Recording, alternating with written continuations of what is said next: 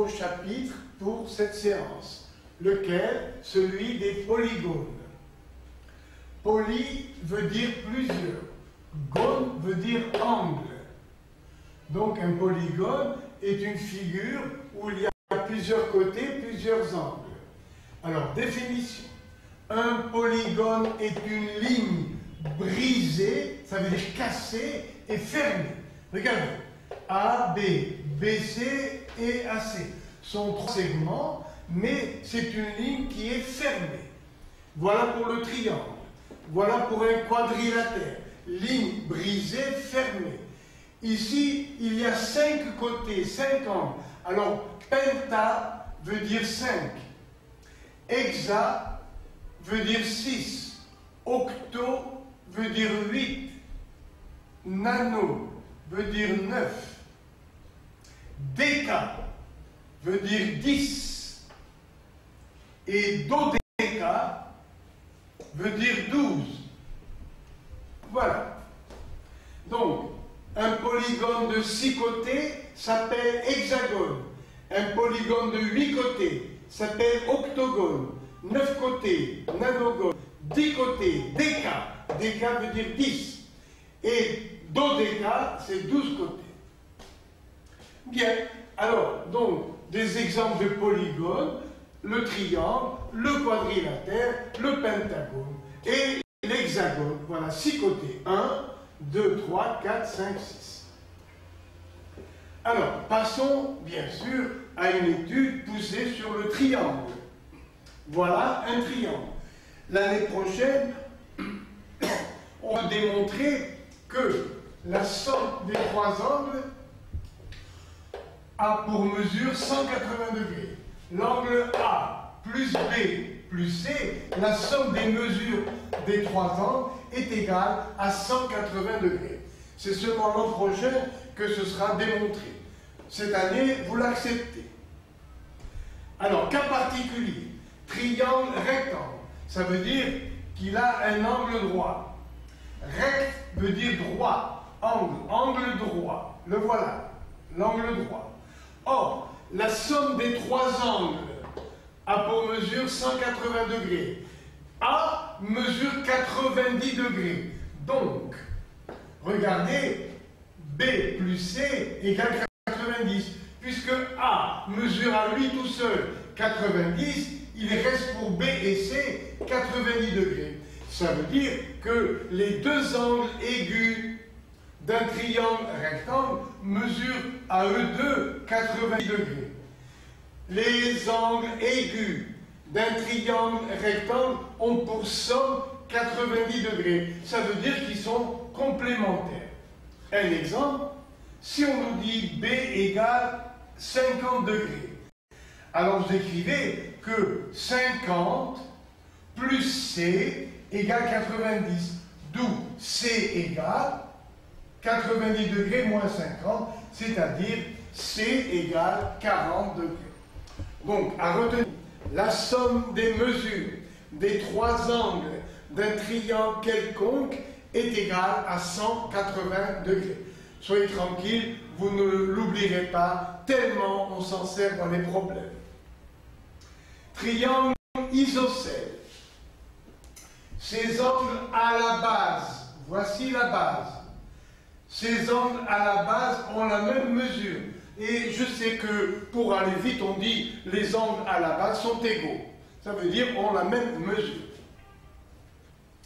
Le point A est le sommet du triangle isocèle. BC, c'est la base. Et AB égale AC. Ce sont les côtés du triangle et du triangle isocèle qui sont égaux. Donc, B égale C, AB égale AC. Et vous voyez que le triangle isocèle, dans ce triangle, AH est la médiatrice. Pourquoi? Parce qu'elle est perpendiculaire au milieu. Donc AH est la médiatrice de la base BC. Et puisque c'est la médiatrice, le point A est à égale distance de B et C. C'est-à-dire on retrouve AB égale AC. Naturellement, la somme des trois angles a pour mesure 180 degrés. Mais B égale C. Donc, au lieu de C, je peux mettre B, c'est-à-dire A plus 2B égale 180 degrés. Ou bien sûr, l'angle A plus 2 fois l'angle C, ça fait 180 degrés. Un exemple. On vous donne l'angle au sommet. Cet angle s'appelle l'angle au sommet. Voilà le sommet. Il mesure 30 degrés. D'accord. Alors, ça fait A plus B plus C égale 180 degrés. A vaut 30 et B égale C. Donc 30 plus 2B égale 180 degrés. Ça veut dire 2B égale 180 degrés moins 30 degrés. 2B égale 150 degrés, d'où B égale 75 degrés. Et comme B égale C, ici aussi, on trouve 75 degrés, 75 degrés. Triangle équilatéral. Ces trois angles sont égaux, ces trois côtés sont égaux. Voilà. Ça veut dire qu'il est isocèle de tous les côtés. A plus B plus C égale 180 degrés. Mais A égale B égale C. Donc, 3A égale 180 degrés. D'où A égale 60 degrés. Ici, nous avons 60 degrés. B égale 60, C égale 60. Donc, A égale B égale C égale 60 degrés. Puisqu'il est isocèle de tous les côtés, ça veut dire qu'un triangle équilatéral possède trois axes de symétrie. Les voilà. Après, segment particulier dans un triangle. Premièrement, la médiane. La médiane joint un sommet et le milieu du côté opposé. Donc voilà ici une médiane. Je répète, la médiane joint, c'est le segment qui joint un sommet et le milieu du côté opposé. La médiane. Et qu'est-ce qu'on sait par la suite? Eh bien, que les trois médianes qui sortent de A, on dit issues. Ça veut dire qui arrivent de A. Les trois médianes, et voilà, AA', BB', CC', qui sortent de A, B et C. Alors sortir, on dit issu. Les trois médianes issus des trois sommets passent par un même point. Alors on dit sont concurrentes. Les trois médianes d'un triangle quelconque sont concurrents en un point G appelé le centre de gravité du triangle. Que veut dire le mot gravité? Eh bien, voici la Terre. La Terre attire les objets et cette attraction s'appelle la gravitation. Par exemple, si je dessine une personne debout à l'équateur, voilà comment elle est debout. En Australie, voilà une personne debout. Au pôle sud, ici, voilà une personne debout. Qui c'est qui les plaque au sol? Eh bien, c'est la Terre. La Terre attire les objets. Cette attraction s'appelle la gravitation. Voilà une personne debout à Paris ou à Casablanca. Voilà, debout. Voilà une personne debout au pôle Nord. Qui attire les objets et les personnes, les animaux sur Terre? C'est la Terre. La Terre a ce pouvoir d'attirer les objets. D'ailleurs, tous les objets importants faits de matière s'attirent entre eux. Bien. Alors, donc, tout ça, c'était pour expliquer le mot gravité. Les trois médianes d'un triangle quelconque sont concurrents en un point G appelé le centre de gravité. Ça veut dire le centre du poids. Et voilà un triangle qui est fait sur une feuille de carton. On peut faire tenir tout le triangle sur le centre de gravité à l'aide d'un clou. Vous le posez dessus convenablement. Si vous trouvez la position de G, vous pouvez poser tout le triangle sur le point G. Il sera en équilibre. Après, deuxième segment, la hauteur. La hauteur, c'est le segment issu d'un sommet et qui est perpendiculaire au côté opposé. Et alors, eh bien, voilà un triangle, les trois hauteurs. Regardez ce triangle-là, ABC, les trois hauteurs sont concurrentes. Ça veut dire qu'elles passent par un même point, H. Ce point, c'est le centre des hauteurs. Alors, on l'appelle orthocentre. Ortho veut dire perpendiculaire. Les voilà, les perpendiculaires. C'est le centre des trois perpendiculaires. Et c'est pour ça qu'on l'appelle l'orthocentre. Ça, c'est dans le cas d'un triangle facile. Et maintenant, si le triangle est aplati, eh bien, regardez ici. Voilà une droite XY. À partir de A, on vous demande de tracer la perpendiculaire à la droite XY. Comme ça, on ne peut pas. Il faut d'abord prolonger XY et ensuite vous tracez la perpendiculaire. Alors ici, voilà un triangle qui est aplati. Comment construire l'orthocentre? Alors, voilà la hauteur AI qui est facile. Et maintenant, comment tracer la hauteur qui sort de C, issue de C? On prolonge à B et on trace la hauteur. Comment tracer la hauteur qui sort de B? Eh bien, il faut prolonger à C et puis tracer la hauteur.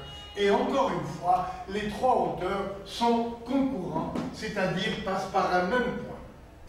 Les trois hauteurs d'un triangle quelconque sont concurrents en un point H appelé orthocentre du triangle.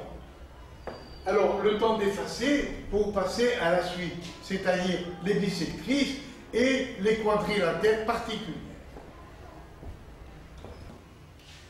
Continuons la leçon. Bissectrice. On l'a déjà vu pour le premier chapitre. Je répète l'essentiel. La bissectrice est d'un angle et la demi-droite qui partagent l'angle en deux parties égales, c'est-à-dire O1 égale O2. O1 et O2 ont la même mesure. Bi veut dire 2. Secteur veut dire angle. Donc, la bissectrice partage l'angle en deux parties égales. Bien. Et dans un triangle, voilà les trois bissectrices. Eh bien, on démontre qu'elles vont passer par un même point. Donc, les bissectrices sont concurrentes dans un triangle quelconque. Les quadrilatères. Quadra veut dire 4. Donc, ce sont des polygones qui ont 4 côtés. 1, 2, 3, 4. 1, 2, 3, 4. 1, 2, 3, 4. Alors, quadrilatère convexe, ça veut dire que tous les angles sont saillants. Quadrilatère concave, il y a un angle qui est rentrant. Quadrilatère croisé, comme vous voyez ici, il y a deux côtés qui se croisent. Quel que soit le quadrilatère, la somme des quatre angles d'un quadrilatère quelconque est égale à 360 degrés. Pourquoi? Eh bien, regardez, on va tracer une diagonale. Donc, regardez, A1 plus B plus C, ici c'est un triangle. Là, nous avons un triangle. La somme des trois angles fait 180 degrés. Vert, rouge, bleu. Mais ici aussi, c'est un triangle. Donc, vert, noir, bleu, ça fait encore ces trois angles 180. 180 plus 180, ça fait 360 degrés.